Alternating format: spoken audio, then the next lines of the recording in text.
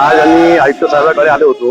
10 दिवस अगोदर आम्ही टिपू हा जो नाव आहे या सभागृहाले नाव काढण्यात यावे त्यासाठी आम्ही जे निवेदन दिलं होतं त्यावर आतापर्यंत कोणतीही कारवाई झाली नाही.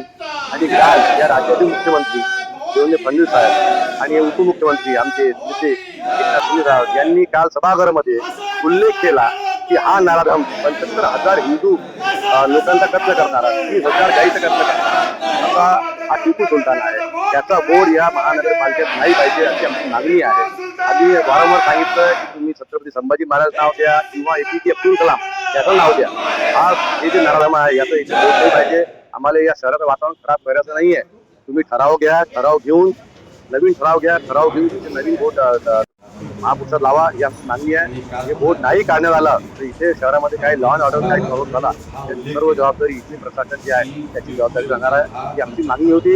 आज उपायुक्त यांनी आम्हाला सांगितलं की 8 दिवसात आणि कोणती कारवाई करणार आहे त्यावर तुम्हाला लिखित स्वरूपात आम्ही पत्र देणार आहे. त्यासाठी आम्ही आज आमचं आंदोलन इथे थांबवलं. आता आज आम्ही हे बोर्ड आमच्या हातातून काढणार होतो. आमची मागणी आहे की आम्हाला पण काढून घ्यायचं नाही आहे. नियमाप्रमाणे हे बोर्ड काढलं पाहिजे. मागणी आहे. नाही काढलं तर आम्ही आमच्या पद्धतीचं बोर्ड काढणार.